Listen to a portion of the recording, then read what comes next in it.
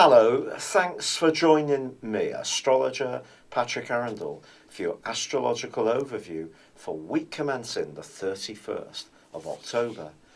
The powerful energy of the new moon in Scorpio at the end of last week continues to pour its light into this week too. Remember, Neptune had an angle on this new moon, so there's going to be a lot of emotion moving around in our situations this week, but it's an emotion that can be compassionate and it can help us to come to terms with our own issues and perhaps some of those of people we encounter. The Sun forges a really fine link with Neptune through to Friday, and that's really encouraging us to see the big picture, to be less driven by our own individual needs. But there is going to be a bit of a stop and go moment on Monday and Tuesday. This sees Venus, the planet of relating, which is in the free-spirited Sagittarius, come into contact with Saturn, the planet of restriction.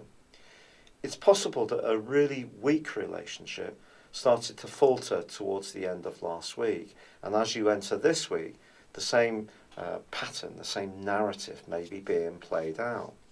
But this can also be an aspect which just makes you more aware of who's really valuable in your world.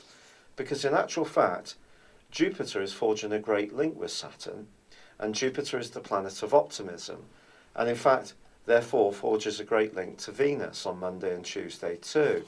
So there can be some ties that really fill us with a sense of optimism and hope. So it's the weaker ones that really are going to come under scrutiny. The energy of Scorpio can be about ends as well as beginnings. So that can mean that some things are going to naturally fade away to be replaced by new growth and new possibilities. So some kind of transformation is definitely possible. And this is really underlined even more because as the week goes on, Mercury's forging a very influential link with Pluto, which can help us make very shrewd connections. And also then the Sun goes on to make that connection with Pluto too. When the Sun gets together with Pluto in this way, the changes that occur can be quite physical, so they can happen around us, or they can be much more emotional and spiritual, deep within our being. So some kind of evolution is possible this week, but with Neptune's presence there, it is just softening things and reminding us that we all have frailties, we all have our faults and weaknesses, and if there are going to be some changes, that they're done in the right kind of way. Now, ironically, Jupiter is forging a great angle to Saturn, not just for the rest of this week, but also through to the end of February next year. So if there is something that you can see in your world that's growing slowly but surely, then that's probably going to be this influence is probably going to be something to do with it.